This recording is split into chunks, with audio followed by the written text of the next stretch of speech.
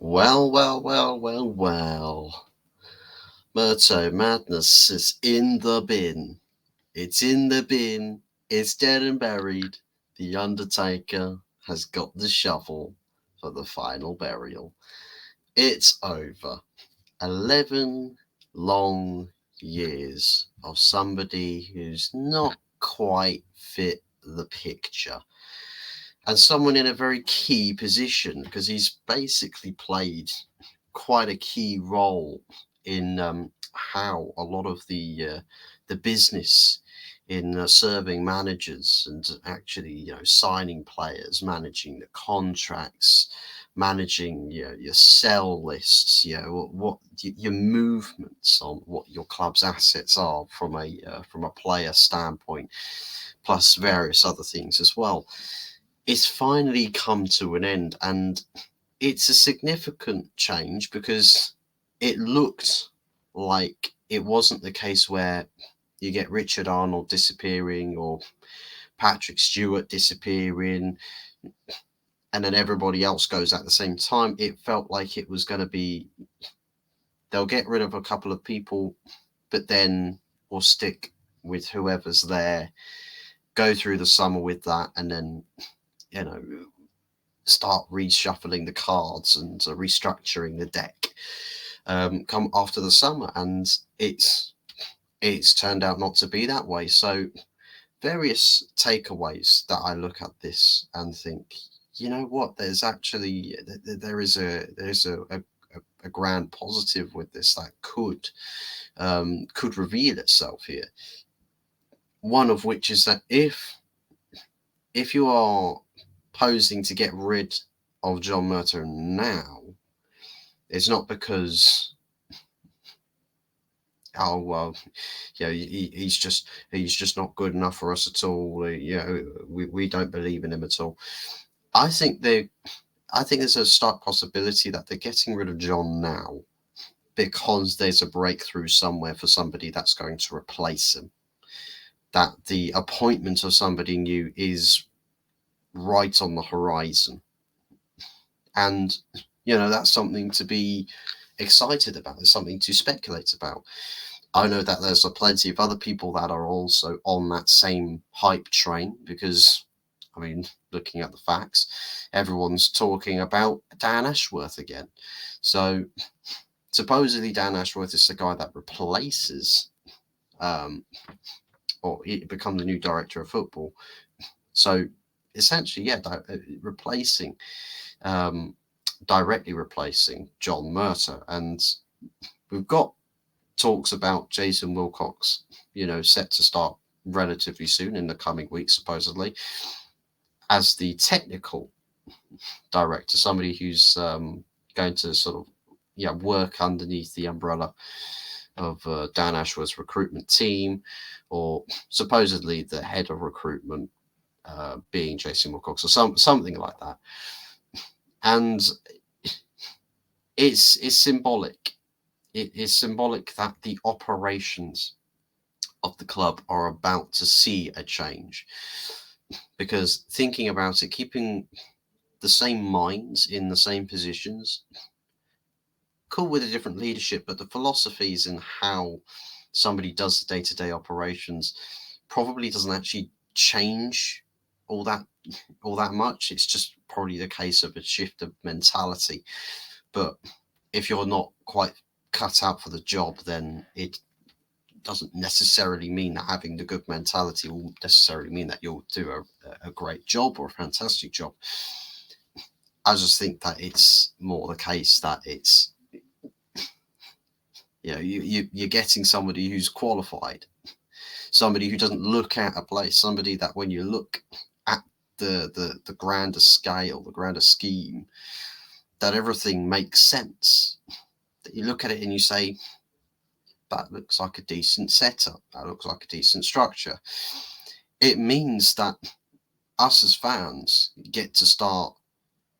We get to start stopping talking about our club structure when we talk about things that go wrong for Manchester United, because that's where we are as a fan base right now. Is that things have gone so horribly wrong for Manchester United for so many years that we no longer see it as just a one-dimensional problem where the manager's not good enough and, sack the manager and everything will be right with the world. We'll challenge for Premier League titles and we'll win everything.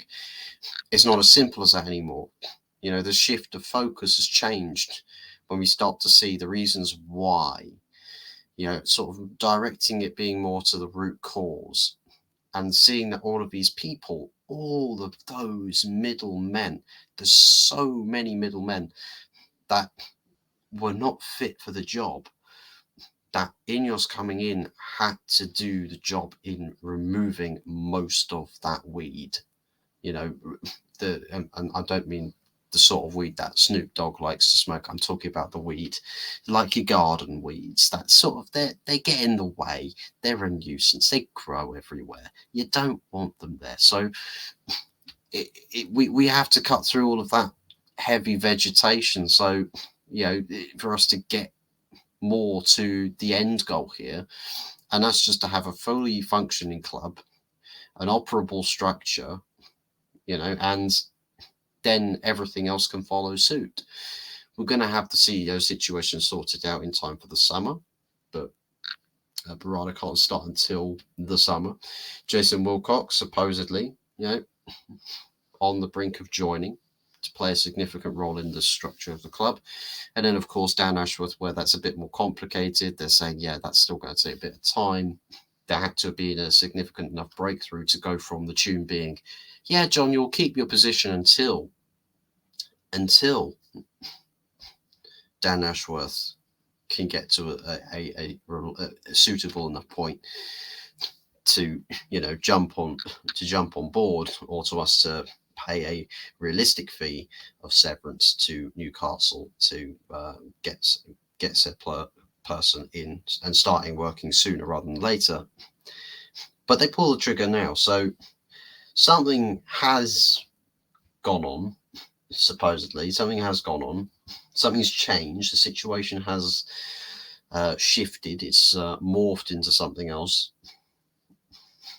Official statements supposedly say as follow: that John Murtough is to step down from his firm, from his position as football director of Manchester United and leave the club after almost 11 years in a variety of roles at Carrington. Surgeon Ratcliffe stated here that we want to thank John for his loyal service over many years and his support and integrity during this period of transition. He leaves with our best wishes for the future. I think Surgeon Ratcliffe he's probably not genuinely the most thankful. Somebody who probably is a lot more thankful is one Joel Glazer. After 11 years of tireless work for the club, John has mutually agreed with us that now is the right time to step aside and allow the new football leadership structure to be put in place. He will always be welcome back at Manchester United as a friend of the club. There's two different mentalities there. You've got one that's just a happy clapper in your Glazer, and then there's one in the Ineos camp that just thinks about doing what's best. Put what's legitimate about Manchester United first. Worry about the friends with benefits type relations that you have with your employees. Let's put that in the back seat. But it is what it is. So Ben Jacobs supposedly said here that it was a mutual agreement that now is the right time for Murtough to step aside. Aim is to bring in Dan Ashworth as sporting director and Jason Wilcox as technical director. MUC also want Darren Fletcher to stay in a new title. So, in other words, they want to demote Darren Fletcher. Maybe they put him into a club ambassador role. Who knows? I don't know what the plan is there, but all I know is that Darren Fletcher, his replacement's soon to start, so he's going to have his role shifted as well.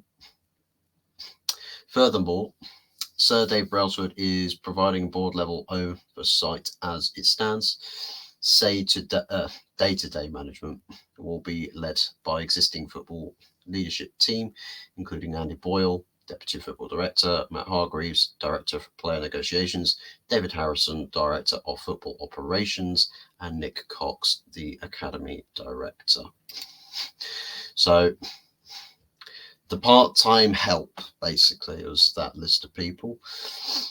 And other news as well, McTominay's out for 2 weeks, 2 to 3 weeks, with a hyperextension in his knee. So, yeah, it is what it is. But anyways, guys, let me know what you think about this news, about Murtough Madness. It's finally over, guys. I don't have to put John Murtough in a transfer video this summer. I'm looking forward to it. I genuinely am. Maybe it turns out not to be anything that special. Maybe it turns out to be even worse.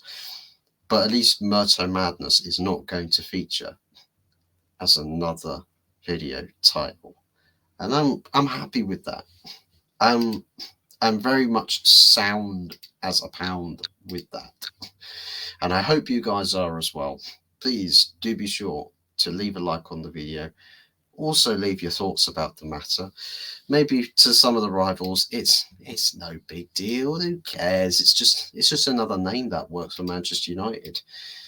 All of these other rival fans, they don't spend their days having to look up names of people who work at the club. You know, just your club employees and all. You don't have to do that sort of thing. It's all just, you know, kick back, relax, chill out, and have a great time. Just worry about what how your manager's coaching your club's players. And that is all she wrote. But anyways, guys, thank you very much for watching. Of course, tomorrow is the good, the bad, and the ugly, episode 13. So do be sure to join us tomorrow night with me, early doors, and also Anthony Herbert, 8:30 p.m. tomorrow night. So yes, do be sure to tune in for that one. Until then, guys, thank you very much for watching and take care. We'll see you tomorrow. John Murtough out.